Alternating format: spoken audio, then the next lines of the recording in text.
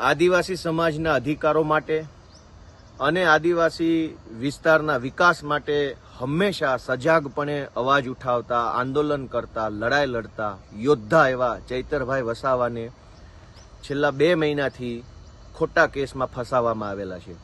એમના ધર્મપત્ની શકુંતલાબેનને જેલમાં પૂરી રાખ્યા છે ખોટા કેસમાં, અને ચૈતરભાઈ પણ હાલમાં જેલમાં છે. એક બાજુ ભાજપ અને ભાજપના નેતાઓ એ ચૈતરભાઈ ઉપર ખોટી એફઆઈઆરો કરાવી, એમના સમગ્ર પરિવારને ખોટા કેસમાં ફસાવી, જેલમાં પૂરી દેવડાવી અને ખોટી વાતો મીડિયામાં કરે છે. અને બીજી બાજુ આદિવાસી સમાજના હિતેચ્છુ હોય, આદિવાસી સમાજના શુભચિંતકો હોય એવી જૂઠી ભ્રામક વાતો કરે છે.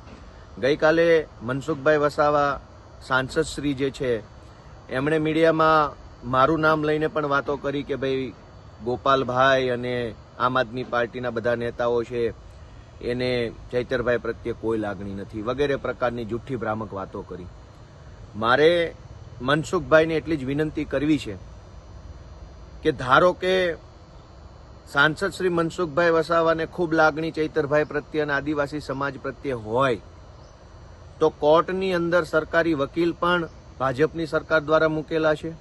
કોર્ટની અંદર જે પોલીસ આવે છે એફિડેવિટ લઈને રિમાન્ડ માંગવા માટે થઈ, એ પોલીસ પણ ભાજપ દ્વારા નિયુક્તિ પામેલી પોલીસ છે. તમને ચૈતરભાઈ પ્રત્યે કે આદિવાસી સમાજ પ્રત્યે ખૂબ લાગણીઓ હોય તો તમારી ભાજપની સરકાર દ્વારા નિયુક્તિ પામેલા પોલીસ ઇન્સ્પેક્ટર અને તમારી ભાજપની સરકાર દ્વારા નિયુક્તિ પામેલા સરકારી વકીલ શા માટે કોર્ટની અંદર ચૈતરભાઈની વિરુદ્ધમાં એફિડેવિટો મૂકે છે?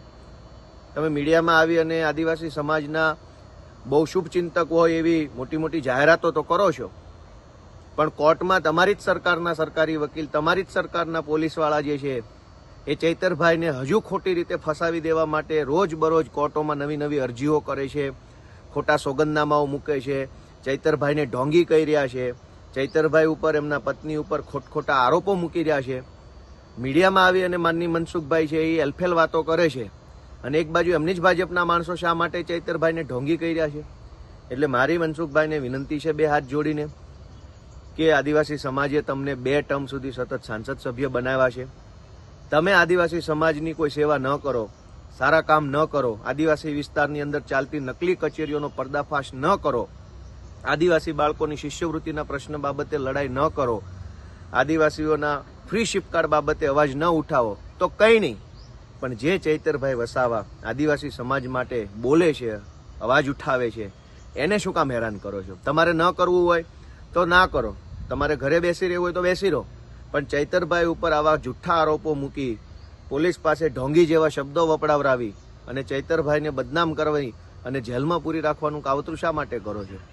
ફરીથી મારી વિનંતી છે કે જો મનસુખભાઈ વસાવા માનની સાંસદ સભ્ય શ્રી જો ખરેખર આદિવાસી સમાજના શુભચિંતક હોય તો ચૈતરભાઈ વસાવાને પોલીસ જે રીતે કોર્ટોમાં જૂઠ્ઠા એફિડેવિટ આપે છે, એફિડેવિટ બંધ કરાવડાવે, ગૃહ વિભાગમાં વાત કરીને સરકારી વકીલને પણ સૂચના અપાવડાવે કે ખોટી રીતના ખોટા એફિડેવિટો, ખોટી અરજીઓ કોર્ટમાં ન આપે અને ચૈતરભાઈ એમના પત્ની વહેલી તકે છૂટી જાય એના માટે સહયોગ કરાવવાની કોશિશ કરે. જય આદિવાસી.